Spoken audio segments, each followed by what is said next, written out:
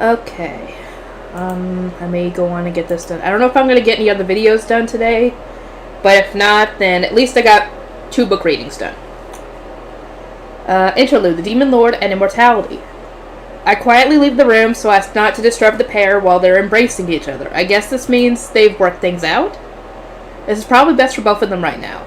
Although in the future they'll probably have to maintain a bit of distance, but lest they become super codependent.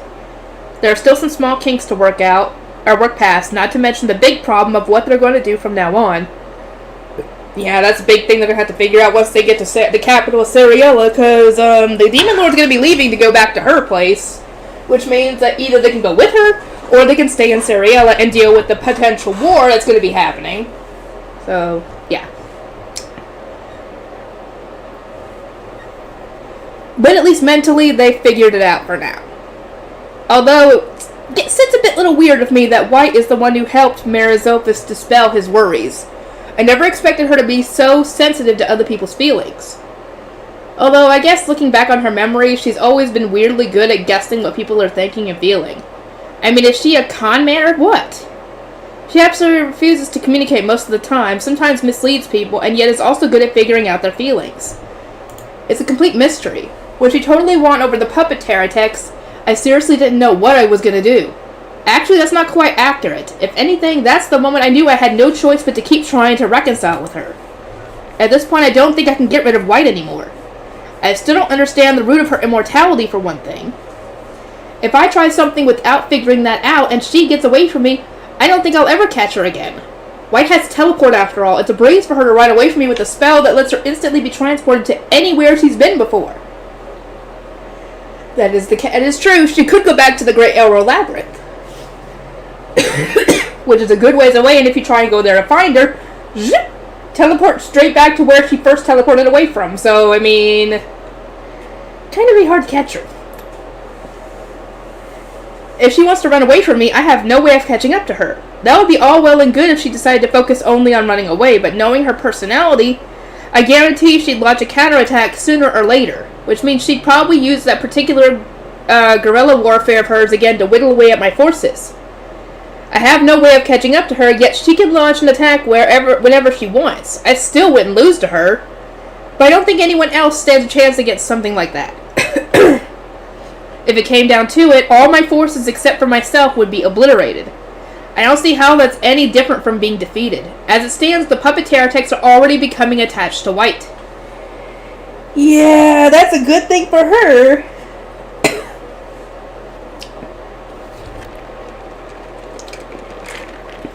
If we wound up fighting, I don't think she could turn them against me, but they'd definitely be reluctant to attack her. Seriously, what a dangerous opponent she is. That's why I decided to give up on killing her and take her in as an ally instead. She might be a huge nuisance as an enemy, but she's on my side, she'll make an extremely dependable ally. That's why I've been trying to win her over and slowly close the distance between us. Being nice to the vampire servant and master pair is all part of that plan. She seems to have taken a liking to them after all. If I look out for them, hopefully White will start to think better of me too. My kindness might be for a calculated reason, but I think I'm still managed to be useful to them. I mean, if it hadn't been for you popping in when you did, who knows if White would have been able to survive her fight with Patimus. The rest will depend on what path they choose. If they decide to come with me to the demon territory, I'll keep looking after them. But if not, we'll say our goodbyes on the spot. That might seem a little cold, but I have things I need to do. I can't stick around here forever. I keep walking after I leave the room until I end up outside the inn. Then I keep retracing my steps until I wind up near the restaurant where we ate earlier. Walking a little farther, I reach a tavern and step inside. Were you waiting long? Not at all. I take a seat at a table and greet the person sitting across from me. The word of God, Pontiff Dustin. This guy again, really? Oh, I guess now they can talk without those other two being there. But still, I mean, if you're in a bar, that means other people could listen in on your conversation. This wasn't a planned meeting, but I figured he would be waiting at the nearest tavern, confident that I would come back. As proof, there are already drinks for two waiting on the table. I pick up one of the glasses as if it's the most natural course of action and down the contents without waiting to clink glasses with him. Wouldn't you like to have a toast first? No. Dustin sighs, but I ignore him. We're not on such friendly terms that we can casually share a toast. I suppose that's true. That being said, we're both talking in a much lighter tone than before. We didn't meet up again like this to keep having tense exchanges after all. We met up to complain together. To complain together? What do you like, those coworkers that have to work with the same boss and you hate the boss and you complain to each other about the boss? Or something like that? Or maybe you're complaining about how this world is so stupid. Which, I mean, to be fair, it is. This man and I share a deep bond. After me, he spent the longest time dealing with that piece of garbage, Patimus. However, our relationship isn't easy to sum up in one word. If Patimus is my enemy and Gilly, my ally... Gilly, wasn't that one of the... I think that's one of the administrators, right? The one who couldn't really speak to her before? And then after a while he showed up and they were able to talk? This man lies somewhere in the middle. So he's not an enemy, but he's not an ally. An acquaintance, I guess you could say, if you want to call him that. In some contexts, we share a common goal, but in others, we're on opposing sides. It's too complicated to say whether he's an ally or an enemy. Given recent events and how they affected the vampire duo, I say he's leaning toward the enemy side. But we also share a common enemy in the elves, so on that front, we can sometimes work together. Like you said, it depends on the situation. In this case, though, I can't go carelessly revealing information to him. Patimus is definitely after the reincarnations. If I give this man that information, I'll have to explain reincarnations to him. And if he learns about reincarnations, he'll definitely try to use them somehow. Yuri would definitely be one of those people he could definitely use very easily, I might add, considering her fanaticism toward the Word of God religion. The man sitting across from me will do whatever it takes to achieve his goal of protecting humanity. Really? Really? That's what his goal is? To protect humanity? Really? Are you sure about that? Okay. He created the Word of God religion for the sole purpose of accomplishing that goal, not out of any so-called faith. Religion just happened to be the most efficient way to gather a lot of people. I mean, not wrong on that one. If you want to get a lot of people working toward a cause, yeah, you could use religion for that. But I wouldn't recommend it, obviously, because people can get really crazy when it comes to religion. That's how some of the wars in the past have happened, like the Crusades was also one. People killing others in the name of God, you know. I think that was the Crusades. Let me know about that, because if I'm wrong, I'll admit it, obviously, because I don't know a lot about history, but I know there was one war that was fought in that kind of context. I know that. I just don't remember what it was called. That's why he's out to put an end to the goddess religion, a rival religion that happens to include a less than convenient truth. It's all for the sake of protecting humanity. Really? Protecting them from what? Is he trying to protect them from the machine stuff that possibly was out to destroy the world, like what White saw in her vision when she got Taboo level 10? If so, then I can understand it. And I guess he probably thinks that the elves are trying to bring that about, which, I mean, fair enough. And then that's all about protecting humanity. But I'd like to know what his skills are. Because if he's got some kind of skill that lets him be reborn every single time he dies, that would be cool. I mean, that'd be kind of similar to White's immortality skill. If he has to kill some of those very same humans in the process, he'll do so without hesitation. This man has no problem with sacrificing the few so that the many might live. So if he thinks reincarnations can help protect humanity, he'll gladly use up as many as he can to get his hands on. Which is why I won't be telling him a single thing about reincarnations. Knowing him, he'll figure it out on his own soon enough. And once he does, well, there'll be no saving any reincarnations he finds. Yes, I'm keeping quiet on the topic of reincarnations, But I don't plan to do anything more to help them either. If they happen to be within my reach, then sure, I'll look after them in my spare time. But I have bigger fish to fry. I'm not going to go out of my way to save every last one of them. I mean, teacher's been doing that. Or she's going to be doing that by the time it gets to be when they're older. But still.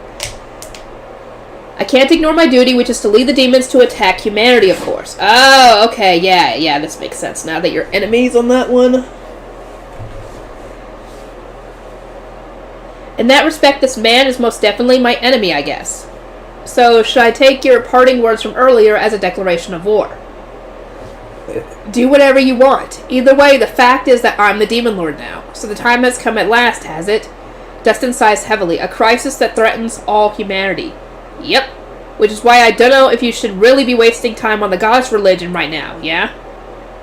I mean, to be fair, yes, he's got bigger things to worry about. Protecting humanity should be his number one goal, which is to protect them from her and her forces. That should be his main priority, and once that's all taken care of, which, to be fair, I don't think he's going to be able to take care of it completely, because she's probably going to be very hard to kill. And I don't think they'd be able to kill her anyway, because, well, she doesn't have technically an immortality skill. She's very, very difficult to kill, but it's possible to kill her. I just don't know if it'll happen anytime soon, or who will do it. But yeah, that should be his main priority right now. It's protecting humanity from the demons. Protecting humanity from outside forces. The goddess religion's not hurting anybody. It's just a rival religion. Unless I'm wrong, let me know. Quite frankly, I don't much care what happens to the goddess religion. Whatever people want to believe in, the goddess, worship me as a divine beast, or forget all of it and just pray aimlessly, it's no skin off my back. They think you're the divine beast? I mean, she is the original Terratect. The original Terratect, the divine beast was supposed to apparently be a spider monster. That's why they thought White was one. Huh, I wonder what she'd think if they saw that they were worshipping her as the divine beast. Interesting. You want to destroy them? Feel free. But there is a possibility that the vampire duo is going to stay in this country. If that happens, it'll obviously be better for them if there's no war. Since I'm looking after them for a while now, I think I'm allowed to put a little pressure on him to avoid that. Indeed, I will need to make preparations, after I have crushed the goddess religion, of course. Oh boy, no dice, huh? Why are you trying to get rid of this religion so badly? Like I said, it's not, as far as we know, the readers, it's not hurting anybody. All it's saying is that people need to shoot the goddess religion, if I remember correctly from what a comment said, that the goddess religion says that you have to sacrifice your skills and stats to the gods in order to get, like, true enlightenment or something like that. So, technically it's not hurting anybody unless you have to die in order to do so. In which case, that is still not going against his little thing for humanity. Because, like I said, the Demon Lord and her army is the more pressing problem right now. That should be his main priority, and then deal with the goddess religion once that's all taken care of. Or maybe he's focusing on that because he knows that's something he could actually take care of at some point faster than taking care of the Demon Lord. Because he should know how strong this woman is if she's the new Demon Lord. And he probably knows that there's no way anybody could take her out, so he's probably focusing on the goddess religion because it's something easier to handle. Because when it comes to doing prioritizing tasks, it's either prioritize what's most important first, or if it's something that can't be handled easily, take care of what's easier first. For whatever reason, he seems to be dead set on wiping out that religion no matter what. Ah, gotcha. Well, good luck with that then. Oh, you accepted that rather more readily than I expected. Yeah, because I don't really care either way. It seems to me you might have some emotional attachment there. I snorted that. Why should I have any attachment to the goddess religion? The basic premise of their stupid creed is that if they pray hard enough, the gods will do something about their problems. Isn't that what religion technically is, technically? I mean, that's what Christianity is, to the core, is praying to God and being able to, and He will hear your prayer and, help you out in some way, shape, or form. Isn't that usually most religions? Like I said, I don't know much about religion in general, but I do know at least that much. So, isn't that really the premise of all religions? Let me know if there's any that don't have that belief. Send up prayers of gratitude to the goddess and she'll watch over you. Give me a break. Those morons already forced the goddess to do everything, and now they want to demand even more from her? It pisses me off.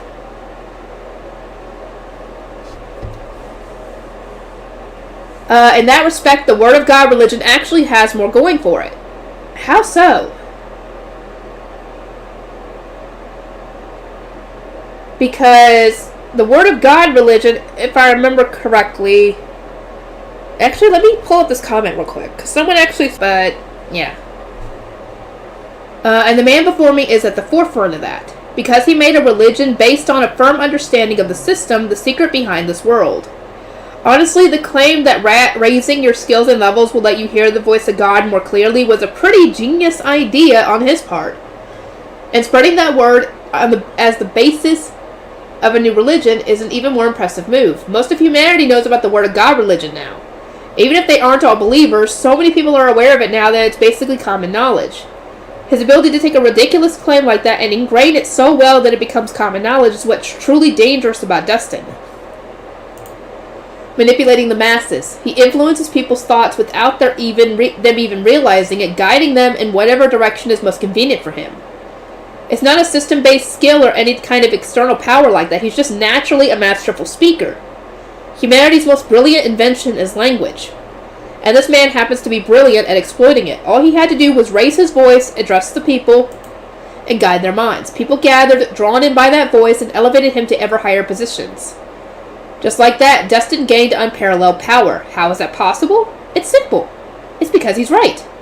Everything he says is overwhelmingly, undeniably right. For humans, that is. Because his goal is to protect humanity. This man is so determined to protect humanity by any means so unshakably right, that the people he wishes to protect can't help but admire him. Hang on, let me just make sure that wasn't the page skipped. Okay, it wasn't. If anything, the goddess religion is strange for continuing to oppose him. They're an outlier from the rest of humanity. From Dustin's point of view, the time to correct that anomaly has come, nothing more. But frankly, since I'm not a human, it doesn't really matter to me what humans do. Even if it is a little tragic, how many of his own kind this man plans to eliminate in the process of protecting them? Well, you managed, didn't you? I suppose. Though it has been a long time since my heart pained me so. Marizofis' words really did get through to him. He might have been prepared to hear angry accusations, maybe even to be killed. But I'm sure he never expected to be told that his life is trivial. Trivial indeed. It seems that somewhere along the way I've begun to overvalue myself.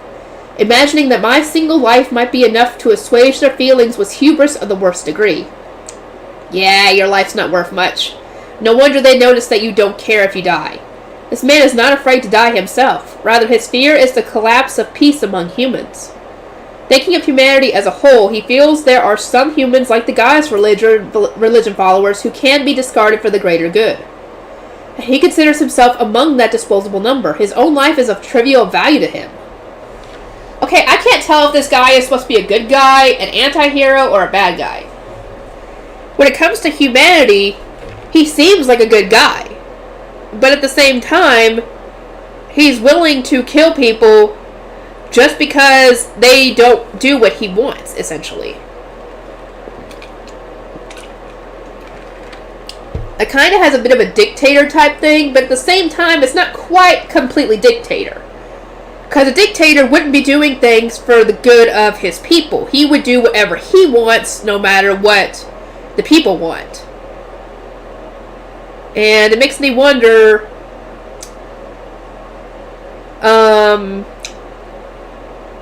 what he plans to do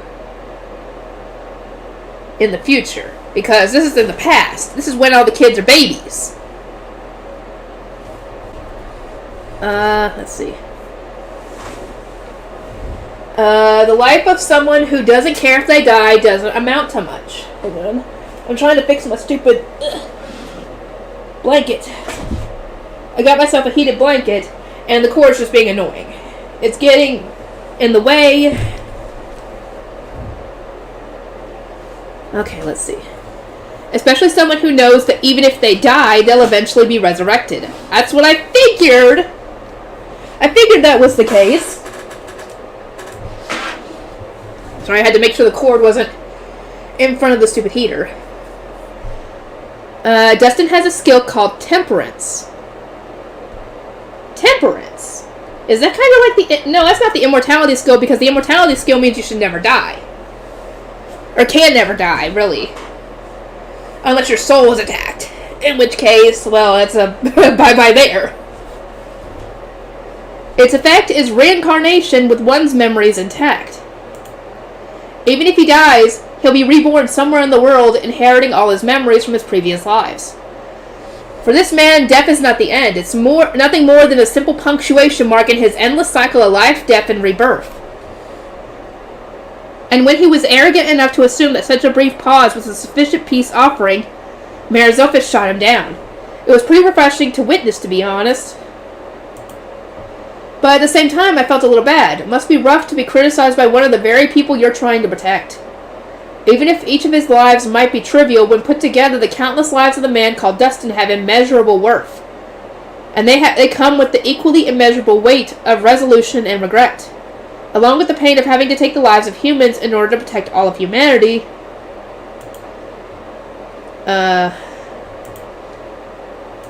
Nevertheless, I must do it. Dustin's voice is full of anguish, but also the determination not to stop. His unwavering intent is to walk the path of purgatory with his own 2 feet. That's why I believe this man is a force to be reckoned with. Fit to fight with as an ally, yet worthy of the highest vigilance as a foe. Not to change the subject, but do you know of any skills besides immortality and your temperance that might basically make someone immortal, I asked casually. I mean, she has immortality, so I mean... Since Dustin's temperance skill makes him immortal in his own way, I figured he might have an inkling as to White's inexplicable quasi-immortality. Strictly speaking, my temperance is by no means immortality, but... Let me think. Perhaps Patimus's diligence would fall under that category? Since it means that he himself does not die, it may be close to immortality in a way. Diligence? Ooh, I want to know what that skill is. Maybe we'll get the answer. I see, that makes sense. No matter how many times I kill each new Patimus that shows up, the real deal is still safe and sound behind the barrier in the Elf Forest. In the sense that he still lives, even though I've seemingly killed him, Patimus could be called immortal too, but it's not exactly immortality since the selves he sends after us do die, just not the real Patimus himself. Essentially, it's like, I'm guessing diligence is like he's able to make robot clones of himself, or maybe that's just using that machine technology he's got in order to do it. Or maybe he transfers his consciousness to that body, and when that body dies, he goes back to his old body? Maybe? In which case, Dustin's not really immortal either, since he dies and is then reborn. I still can't figure out the mystery of White's immortality. Sure, she has the immortality skill, but abyss magic should have blown her away. It doesn't make sense. How does she recover from that? I just don't get it. Was the White I killed some kind of copy like what Patimus does? No, that can't be it. The only skill she has that makes anything like copies would be the egg-laying skill. Oh, careful, you're almost there, girl! You're almost there! But that makes the weakest duplicates possible. Even someone as exceptional as White shouldn't be able to easily make a clone so strong that it could hold its own against me pretty well. At least I don't think so. Although it's scary that I can't say for sure. What makes you ask such a question? Oh, just wondering, I answered evasively. White is my biggest problem at the moment. But I don't want to let him know that. I'm sure he'd only make things worse. I don't know how exactly he would do that, but it's scary in itself. How many unpredictable, unavoidable situations do I really need to deal with? Can you imagine how I feel getting dragged around like this? The tiny part of me that thinks it's a little bit fun is probably a vestige of former body brain, the parallel mind that fused with me. I guess former body brain was always getting forced to do annoying jobs like descaling and stuff. Parallel mind. Fused with me. Aha! Thud. I stand up so fast that my chair falls over. I see that that's how it is. Oh, she figured it out! I get it now. The reason White seems immortal. Duh! How did it take me this long to figure it out? I already had a hint. In fact, I had all the information I needed to find the answer. She uses the connection among souls to send her parallel minds to other bodies, encroaches on their souls, and takes over the whole operation. Just like what happened to me. I managed to survive without being taken over, and instead wound up fusing with the parallel mind she sent in, but I could have lost completely if I let my guard down. If the takeover succeeds, that means the invader has basically stolen the victim's body. In fact, their very life and existence would get stolen. And if one of her parallel minds can do it, I'm sure White herself can do it too. Parallel minds, egg-laying copies, Dustin, Patimus, put all these ingredients together and you've got the recipe for understanding White's immortality. In other words, White took over one of her own clones, a baby made with egg-laying, to resurrect herself, a pseudo-reincarnation. Destroying someone's body won't actually kill them if they can swap into a new body. Since she managed to evade my soul-destroying abyss magic, that means as long as she has a spare body somewhere, she can ditch her current body on the spot. It all makes sense. She must have escaped from her body right before the abyss magic hit. She's not controlling a clone from her main body, like Patimus, and yet she's not dying completely and being reborn like Dustin. She's trading into a copy of herself, so if her real body dies, the copy just becomes her new body in a perfect succession. It basically uses the best points of both Patimus's and Dustin's quasi-immortality. Yeah, come on, how was I supposed to figure that one out all by myself? Even with all the information in front of me, I don't know who else would put two and two together. How did it take me this long to figure it out? More like, how did I even figure it out just now? Is something the matter? No, it's nothing. Dustin looks up at me in surprise since I stood up so abruptly. But I've got no time to waste on him right now. Anyway, you just do whatever you want, okay? Because I'm certainly going to. I guess the next time we meet might be on the battlefield, huh? I would like to avoid that if at all possible. See you later. With a short farewell, I shoot out of the tavern like I'm fleeing for my life. I'm pretty sure Dustin will take care of the bill. Right now, I just need to be alone and think. I wander the streets aimlessly as my head spins. But no matter how long I think about it, I reach only one conclusion. It's impossible. The question is whether I can kill White, and the answer is no, I can't. With her method of immortality, I have no way of killing her. It's already pretty difficult to kill someone with the immortality skill. You have to either use abyss magic or attack their soul directly with a heresy attribute attack. Those are the only two options. But since White has heresy nullification, that leaves only abyss magic. The sole way to kill White would be to catch her by surprise and use abyss magic before she can run away. But she's so fast, and abyss magic takes a long time to prepare. So that's already a stretch. The only reason I was able to pull it off before is because all kinds of conditions were working in my favor. But even then, she still got away. I would need to catch her unaware and hit her before she can run away, but that's impossible. Yeah, she's got teleport. There's no way I could prepare to invoke such a huge spell without White noticing. It would be almost impossible to catch her by surprise. So I'm already screwed here. But let's say, for argument's sake, that I somehow managed to hit her with abyss magic. That still doesn't mean she would die. I mean, how do I even know where her main body is? You already kind of killed her main body. All you'd have to do would be to get rid of the duplicates in the freaking labyrinth. I mean, where else do you think she would put all kinds of her safety net, essentially? White has the parallel mind skill, a skill that divides your consciousness into pieces. All the minds that are created by that skill are equally the user's consciousness. You could say that every one of them is the real thing, the real White. So what if each of them gained a body? And it had been taken over completely by the parallel mind known as the former body. If I'd been taken over completely by the parallel mind known as the former body brain, I would have become a second White. A parallel mind with a body of its own. Isn't that even every bit as real as the original? The same person, just with a different body? It's a paradox, a single individual that exists multiple times, but it's still very possible. If White has given her parallel minds their own bodies, that means there are multiple Whites in existence. For all I know, the ones I've been keeping an eye on is just one of several. And in order to kill just one of what might be a multiple set, I'd have to get so lucky, it'd be nothing short of a miracle. The odds are so bad, it's no use, I can't kill her. I heave a sigh. What a monster she is. How can I possibly kill her? Taking her on as an enemy means nothing but risks, with no benefits to speak of. I thought if I figured out her secret, I would find some faint glimmer of hope, but instead it crushed the possibility of ever beating her into nothing. Okay, I give up. I can't kill White. I can't kill her, so it would be foolish to make an enemy of her. That leaves only one option going forward. I have to get her on my side for real. If I can get a beast like that under control, she'd be the most powerful ally imaginable. It's not going to be easy. Naming her doesn't seem to be letting me control her for one thing. I don't just start calling her White for funsies, you know.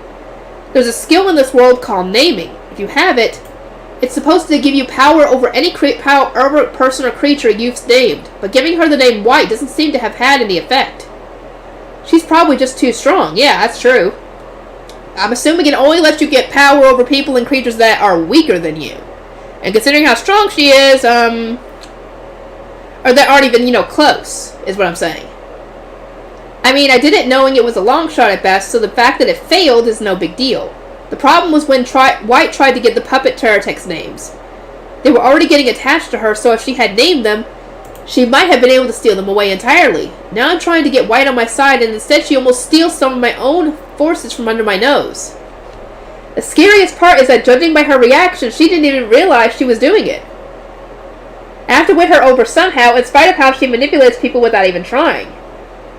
It's a pretty tall order, but I have no choice but to do it. At any rate, my course of action is clear. I'm sorry, but it doesn't look like I'll be able to avenge you. I apologize quietly. In my mind's eye, I'm picturing the Queen Terratex White called Mother, not to mention the puppets Terratex and the Queen's subordinates who were all failed by White's hand. My own kin, all of them lost, but I can't kill White, so I have no choice but to accept her. That means I have to give up on getting revenge for the Queen and White's other victims. I'm sorry. Please forgive me. Just like Dustin does, I have to sacrifice you for the greater good. I'm sorry for being a terrible mother who can't even avenge her children. Somewhere in town, I hear a hymn of the goddess religion. I'm not exactly a believer, but for whatever reason, I offer up a prayer. Goddess, please let my lost kin rest in peace. I know more than anyone how futile that wish is, but I continue to pray for it nonetheless.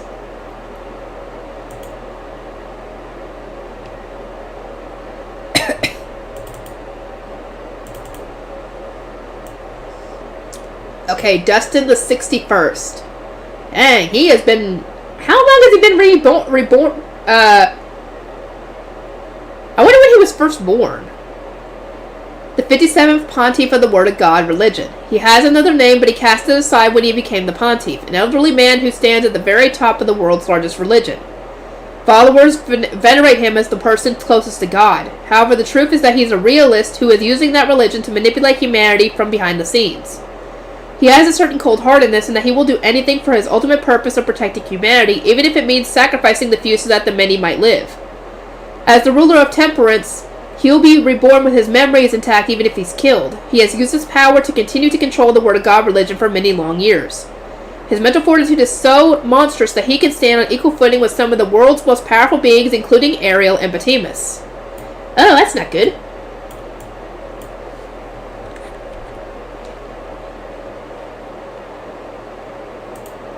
Okay, R4, the old man meets an administrator. Ooh. Wait. Oh, Ronan's gonna meet an administrator. I wonder who it's gonna be. Is it Administrator D? Is it gonna be Gilly? Ooh, now I wonder. The spiders have narrowly escaped the attack of the 3 Earth Dragons, and now they're in the midst of a massive migration through the lower stratum of the Great Overlord Labyrinth. As they skitter along in droves, I walk in their midst as well. I wonder at first where we're going, but before long we arrive at the destination, and there I immediately understand the spider's current purpose. Eggs? Before my eyes are several enormous eggs, and standing at the forefront to protect them are several earthworms. Looking closer, I see the corpses of some spiders at the earthworms' feet. I see the earth dragons were trying to protect these eggs. A small group of spiders must have happened upon them while hunting, and the dragons defeated them, then set out to retaliate against the spiders' main army. They were trying to cut off the threat at the source before any harm could come to the eggs. How tragic, then, that all 3 of them were defeated instead. It's possible that 2 of them were even the parents of these eggs. But now, since these puppet parents are gone, the eggs' only protectors are these worms, far weaker than their dragon counterparts. Generally, worms are not considered weak monsters, but they don't stand a chance against these powerful spider ally. A powerful spider army. I cannot talk right, apparently. Perhaps they know that as well, for the cries they let out to intimidate the spiders now sound frail and fearful to my ears. Nevertheless, the worms bravely stand to protect the eggs, and the spiders charge at them mercilessly. And at this rate, the worms will all be killed and disappear into the spiders' stomachs along with the eggs and their contents, until someone arrives to prevent that future from coming to pass. I think this has gone far enough. It's a man shrouded in darkness. His body is completely covered in black armor that almost looks like a carapace. Administrator Gilly? No, I'm curious. What's he doing here? His handsome face is dark-skinned as well, giving him the overall impression of the embodiment of the color black. The only exception is his red eyes, which are now staring coolly at the spiders. He looks at me for just an instant, then averts his gaze. Perhaps it was my imagination, but his expression almost seemed as if he had seen something he shouldn't have. How rude. But who exactly is this rather impolite fellow? Surely he is no ordinary human, since he's appeared here in the lower stratum of the Great Overlord Labyrinth. In fact, is he even human at all? I'm assuming he looked away because you are naked, dude, and you're only wearing a loincloth to cover your junk. So, I mean, you can't blame him for looking away on that one. I attempt to appraise him, but the result reads simply, cannot be appraised. Cannot be appraised? It's a similar result to when I appraised the master, but while that great being somehow blocked my appraisal, here it is impossible to begin with. This person must be on a similar level to the master then, or perhaps something even more mysterious. That is the only possible conclusion, especially given the reaction of the 9 spiders who are all eyeing the man with a wariness that borders on fear.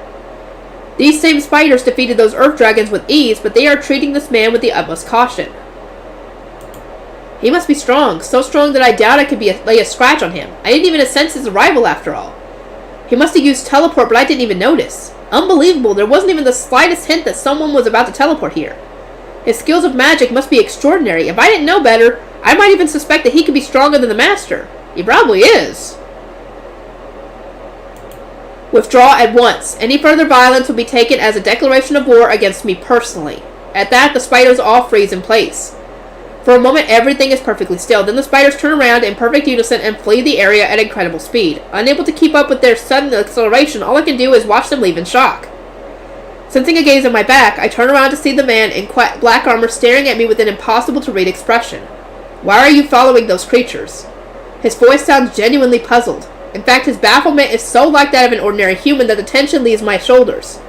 It's obvious, is it not, to pursue the pinnacle of magic. I puff out my chest. The pinnacle of magic. In other words, you wish to improve your magical abilities. Indeed. That strikes me as an oversimplification, but I decide to agree instead of wasting valuable time quibbling over the details. I am not simply seeking to improve my magic. I wish to reach the ultimate heights of what magic is capable of. Why are you so concerned with refining such a thing? They are a part of which wiped out your men, you know. Of that which wiped out your men, you know. Why would I want to refine my magic? What a ridiculous question. If I do not strive for the greatest heights of magic, then who will? It's quite simple. If I do not attempt to reach the pinnacle, then no one will. That is why I must reach it. I have no other choice. If I am humanity's strongest mage, then I must be stronger in magic than anyone else. Otherwise Otherwise what? The man looks uncomprehending for a moment, then shakes his head as if he's given up. It would be in your best interest to stay away from them. I can do no such thing. There is still so much that the spiders can teach me, and I have yet to meet that great being again. Yes, it's simple. I am following the spiders to learn from them and to encounter the master of magic again. I cannot stay away from them when I have yet to accomplish either of those goals. I see. The man does not look particularly disappointed by my refusal, or is it that he's been wearing the expression of someone looking perturbed from the very beginning? Heavens, what a terribly rude man. Well then, if you are doing this of your own free will, I will not stop you. However, could you not at least put on some clothing? That's what I got! He was looking away because he was embarrassed! You are naked, dude! Dude, did you not think that maybe that that was the reason he looked away? He wasn't being rude, he was being polite. Ah, that's right, I'm completely naked. I suppose it's common sense for any human to react like this. However, if I wish to reach the pinnacle of magic, I cannot let myself be held back by common sense forever. Huh, you must be young yet to be disturbed by something like this. I am not so weak as to be embarrassed by such a paltry matter. Look upon me! This is how the man called Ronan lives. Oh, dear Lord Almighty. I see. It's quite clear that you are beyond help. In which case, could you not perhaps go from this place now? Indeed, I shall take my leave. I must catch up to the spiders before they leave me behind for good. Thus, I turn my back on the man in black and chase after them at once. That's not how I expected it to go. I figured he would have gotten some information, at least on your master, essentially.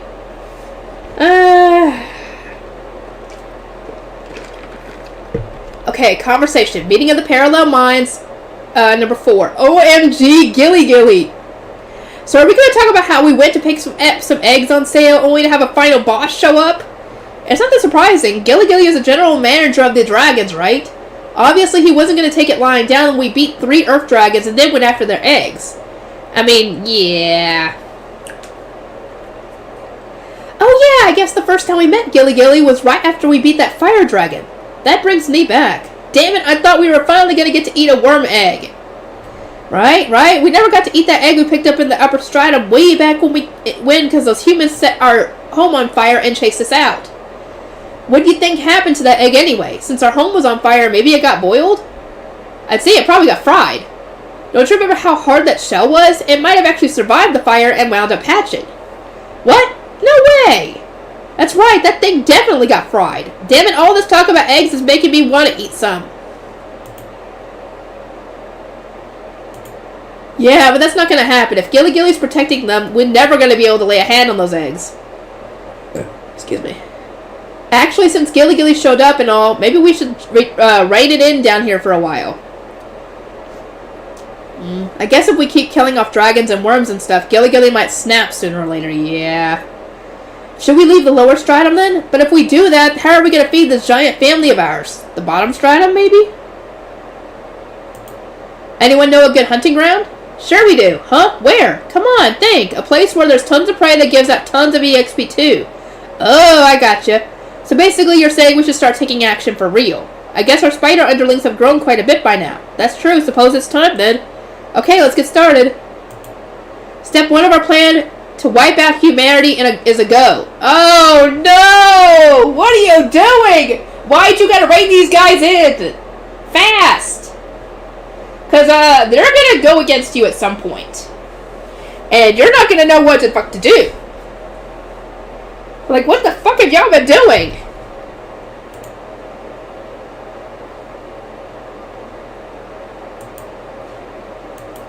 Okay. I'm gonna have to keep going because I don't know how long I was away from my reading. Special chapter. The boy hero's struggle. People are getting blown away before my eyes. The sight of them flying through the air almost seems like a joke. But of course, getting blown away like that isn't going to end painlessly for these people. It might look like a farce, but this is still reality. Some of them hit the ground head first, snapping their necks at unnatural angles and killing them instantly. But most aren't so lucky, and their bodies fall down in a horrific state. I've never seen a human burst open before. The nightmarish scene continues before my eyes. It's hell on earth. Beyond the massacre of screaming, fleeing, dying people, I see the monster that's creating this nightmare. Forcing my shaky legs to move, I wake up with a jolt. Once I see that the scene in front of me is just the room I'm currently staying in, I breathe a sigh of relief. It was just a dream. I press a hand over my chest where my heart is pounding intensely. I have a pulse. That means I'm alive. That in itself is a relief. The shirt beneath my palm is soaked with sweat. It always happens like this when I have that dream. The dream that forces me to recall the time when I encountered the monster called the Nightmare of the Labyrinth. It was terrifying. I am still a child, but I have become the hero, which is why I was sent to participate in that battle as an observer only, so I could experience the battlefield as soon as possible. It was a certain victory, I was told, as there wouldn't be much danger. But in actuality, my first experience on the battlefield turned out to be a terror. I learned for the first time how easily people can die. When my mother gave birth to my younger brother slain, the physical toll took her life. With that grief in my heart, I first learned the true weight of death. But on that battlefield, Death was everywhere I looked. People died one after another with horrible ease. I was so terrified that my legs were trembling, but I knew I had to face my fear, because I'm the hero. I don't remember very well what happened after that. I think I ran up to the nightmare only to stand there stock still, unable to do anything. But I'm told that my arrival distracted the nightmare long enough to buy our people time to cast a big spell. Not really, considering the one that essentially took out White, at least temporarily, was the Demon Lord, aka Ariel. The spell burned the nightmare up into nothing, and I miraculously survived. I felt like someone protected me, but I don't really remember. After that, all kinds of people showered me with praise. You really are a hero. It's thanks to you that the nightmare was defeated, but I didn't do anything. I couldn't. And I still don't know if what little I accomplished was right. Looking out the window, I see the ruined walls around this town with the destroyed homes that still haven't been fully rebuilt. I played a part in creating this scene. The people who lived in this town were attacked by an army that I was allied with. And the nightmare I stood up against was fighting to protect this town. Who was really in the right? I have to agree on this one. Who was really in the right on this one? Because, White was defending the people there, who were doing nothing wrong, I might add. And, yeah. Hey, hero, how's it going? When I return from my near daily routine of monster hunting, I encounter a familiar face. It's Arl, the girl around my age with the unusual manners. Apparently she's from the Empire and is staying in this town due to complicated circumstances. I'm alright. I have a reward for you after all that hard work. Arl hands me a fruit. Looking around, I see men eating the same fruit. She must have brought them as refreshments for the Empire people working on the wall. Thank you. Not wanting her kindness to go to waste, I accept the fruit and take a bite. There seems to be a lot of fruit in this town, I remark, thinking about how often fruit seems to be included in meals here. Yeah, I guess there was this thing called the Divine Beast who liked them, so they were starting to get into cultivating more of them here, right? And it happens to be harvest time for some of them now, or whatever. I almost spit out the fruit in my mouth. The Divine Beast must be the nightmare. That terrifying monster liked fruit? It's a little hard to imagine, but the people in this town really did worship the nightmare. I know this because the townspeople sometimes accuse me of killing their Divine Beast and throw stones at me. Looking at them, I start to wonder who the real villains are. The nightmare I saw was truly the stuff of halting dreams, almost too terrifying to be real. But to the people in this town, it was a divine beast to be worshipped. Sir Hero, there you are! As I think back on the nightmare, a voice reaches my ears. It belongs to a man in the uniform of a Word of God soldier running up to me as he shouts. What are you doing? Were you not told that today is the departure ceremony? The soldier frowns. Today the Oaths and Word of God soldiers gathered in this town are having a ceremony before they advance to the next town. I was told I should participate, however...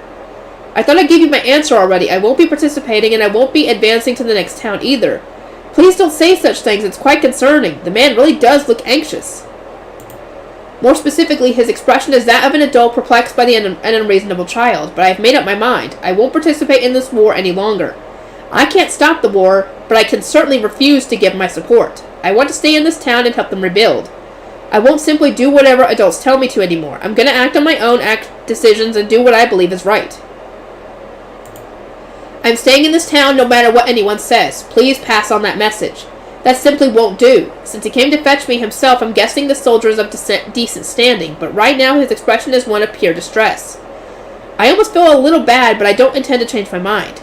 Just as I'm about to open my mouth to reiterate my decision, I hear a distant roar. Recognizing it as the sound of people screaming, I start running toward the sound immediately. When I arrive, I realize I've come to the departure ceremony that I was so adamantly refusing to attend. Full of soldiers, this place is in total chaos. What happened here? Sir Hero! The soldier I spoke to turns to me in a panic, spit flying everywhere as he shouts like a madman.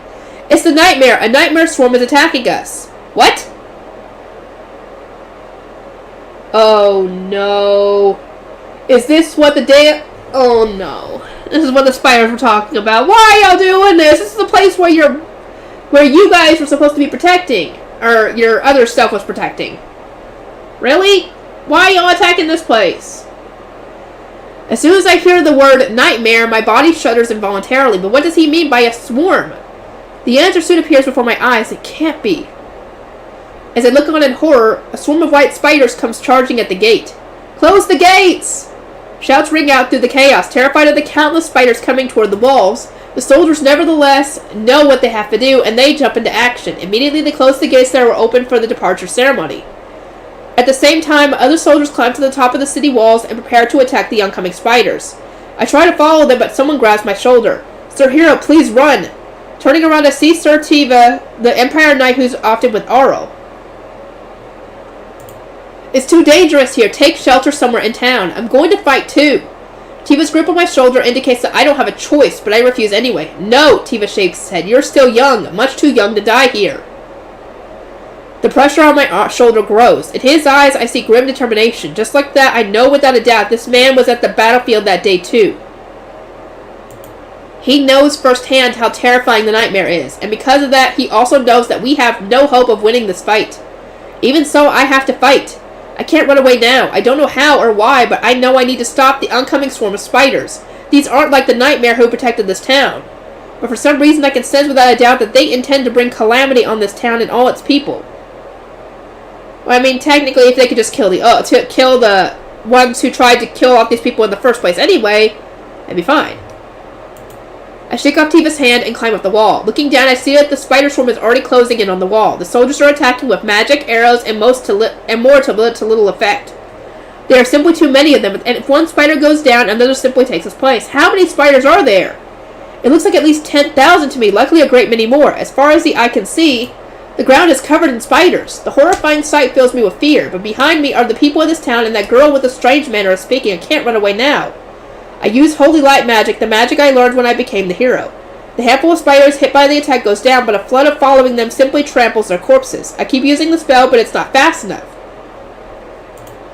There are too many of them. The spiders at the forefront of the swarm soon reach the wall. Huh? And then without slowing down, they simply start climbing. Ah! The soldiers try to fight back in a panic as the spiders close in. The monsters in this area could never climb walls. But these spiders are speeding up it with no problem whatsoever. The wall might as well not even be there.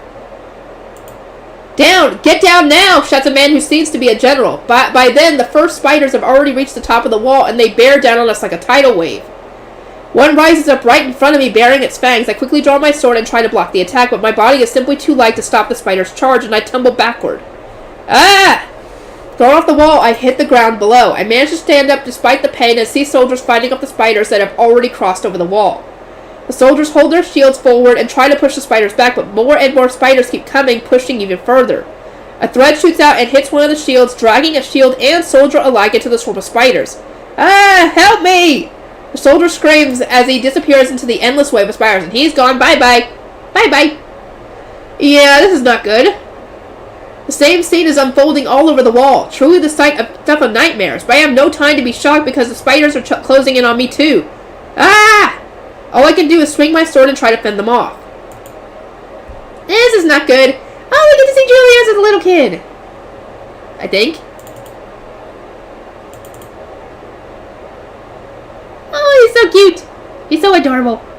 The second prince of the Anale Kingdom, he received the title of hero at a very young age. Older brother to Shun, a reincarnation, his mother died giving birth to Shun whom the kind-hearted Julius strives to protect as his family and as his mother's parting gift. Though he is still young, he constantly tries to act based on what he feels he should do as a hero, a prince, and an older brother. Because of his kindness and strong sense of duty, he comes to doubt whether what he did in the battle between Sariella and Oates was right. As a result, he becomes determined to act based only on what he believes is right, not just what others want him to do. Oh, how is he going to survive this? Hold on. Table of contents. Let's see how much I got left.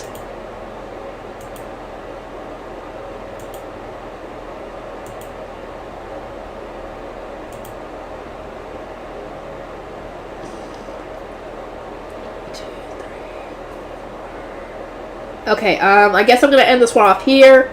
I will see everybody in the next video. The next video should be the last one for this book.